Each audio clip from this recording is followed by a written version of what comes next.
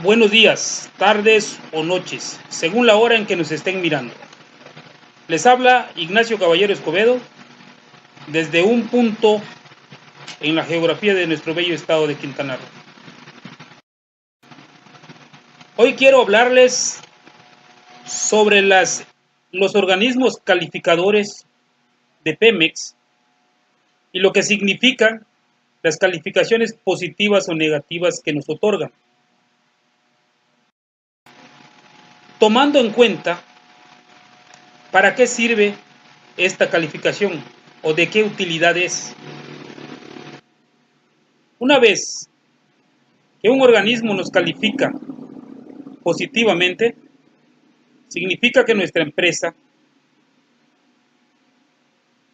puede ser candidata para obtener créditos o bien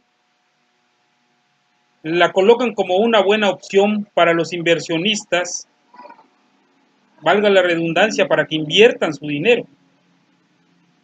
Y una calificación negativa significa que nuestra empresa no está apta para recibir más créditos y no es una buena idea para los inversionistas, ya que ponen en riesgo su capital. Ahora, yo les pregunto, ¿en qué nos afecta? Cuando el presidente demuestra poca preocupación por esas calificaciones otorgadas, debido primero a que la política económica que él está implementando nos indica que él no va a solicitar más créditos. Se va a dedicar a rescatar a la empresa, a invertir en ella, pero usando el presupuesto que ya se tiene. Por lo tanto, el hecho de ser calificada negativamente no repercute en nada, porque al contrario, lo único que hace es que tengamos que ajustarnos al presupuesto y cumplir con la política económica que se ha venido estableciendo. Me gustaría ejemplificar más claramente estos conceptos para que pudiera quedar entendido para todos.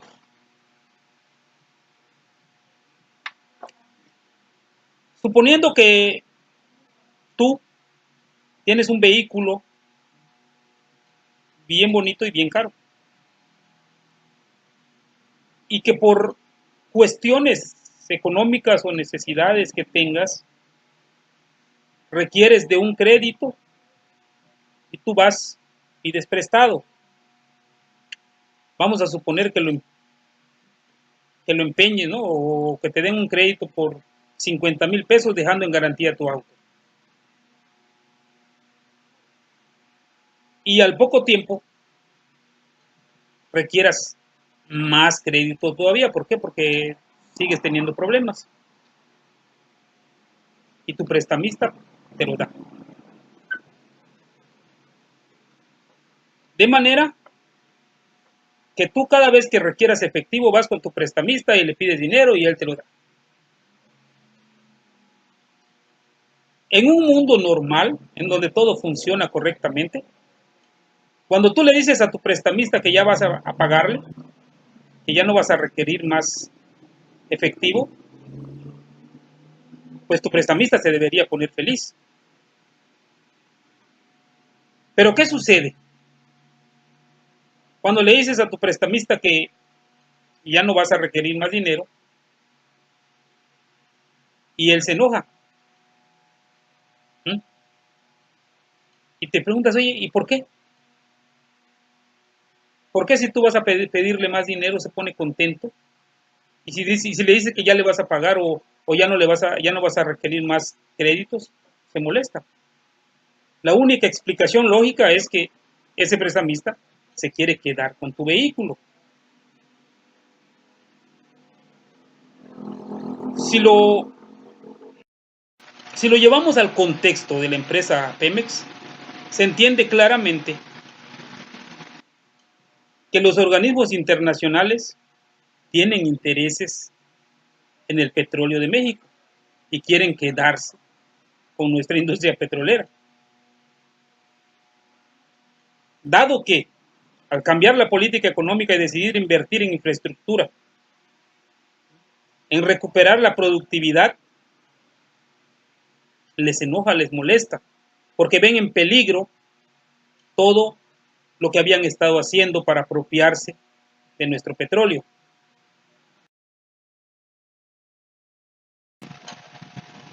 Con la llegada del licenciado Andrés Manuel López Obrador a la presidencia de México, se cambia el modelo económico y se decide invertir en infraestructura en Pemex.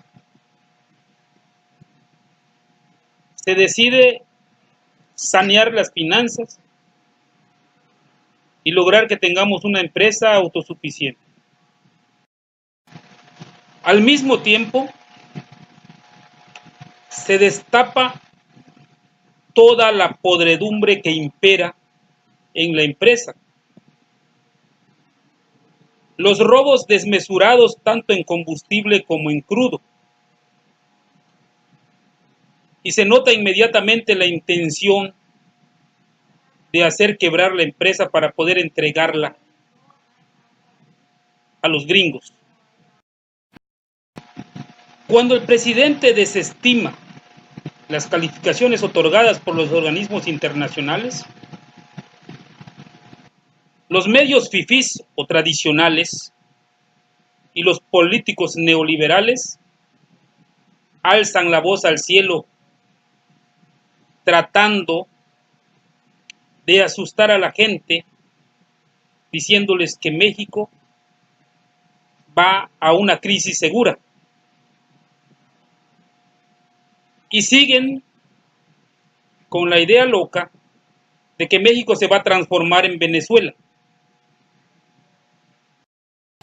Nos intentan asustar con el petate del muerto, pero la política de nuestro presidente es una política de conciliación, no de confrontación. Estamos viviendo una revolución pacífica y muchos países están volteando a ver a México como un ejemplo a seguir. Eso le preocupa muchísimo a aquellos quienes están acostumbrados a tomar las iniciativas y poner embargos económicos a aquellos países que van en contra de lo que ellos pregonan. Tal como sucede con los países hermanos de Venezuela y de Cuba, que mediante presiones económicas intentan doblegarlos. Pero, como nuestro presidente bien dice, los buenos somos más. Ahora yo me pregunto, ¿qué pasaría si invertimos las cosas? Los países latinoamericanos nos hemos convertido en países consumistas, dependientes económicamente de Estados Unidos, por lo cual él nos puede imponer sanciones o con una medida que tome afectarnos económicamente a todos. ¿Qué pasa si decidimos buscar otros mercados? ¿Qué pasa si decidimos dejar de consumirle y al mismo tiempo dejar de venderle lo que él necesita? Considero que unidos podemos lograr más. ¿Qué sucede? Un ejemplo rápido.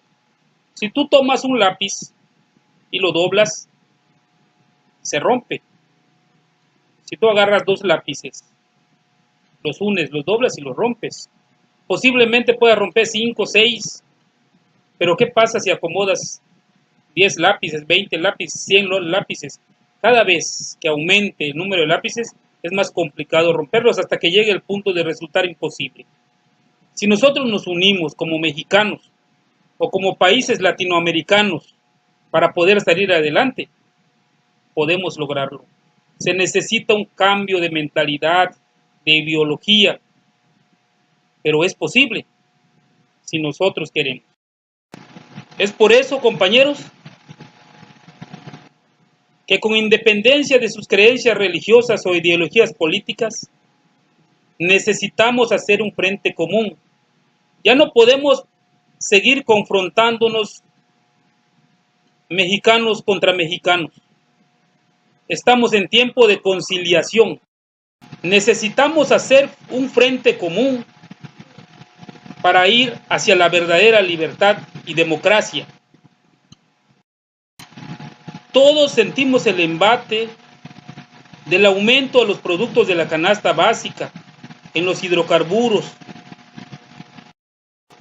Ya nos mostraron cómo administraban a nuestro país, robándolo descaradamente, cómo hacían leyes que protegían a los delincuentes, de tal manera que ni el robo a combustibles, ni el robo al erario público,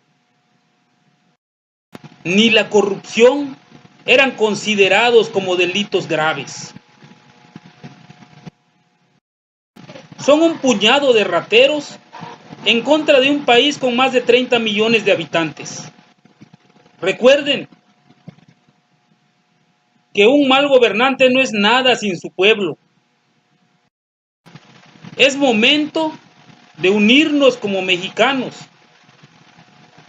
y luchar porque la revocación de mandato sea una realidad tanto en el ámbito nacional como estatal y municipal.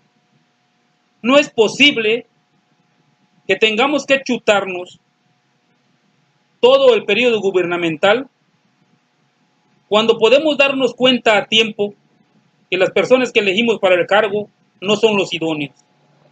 Necesitamos hacer uso de nuestro derecho para poder destituirlos si no cumplen con el deber que les fue encomendado de velar por los intereses del pueblo. Hoy somos un pueblo con esperanza de saciar su hambre de democracia y justicia social. De nosotros depende que las palabras de nuestro hermano mexicano Luis Donaldo Colosio Murrieta sean una realidad.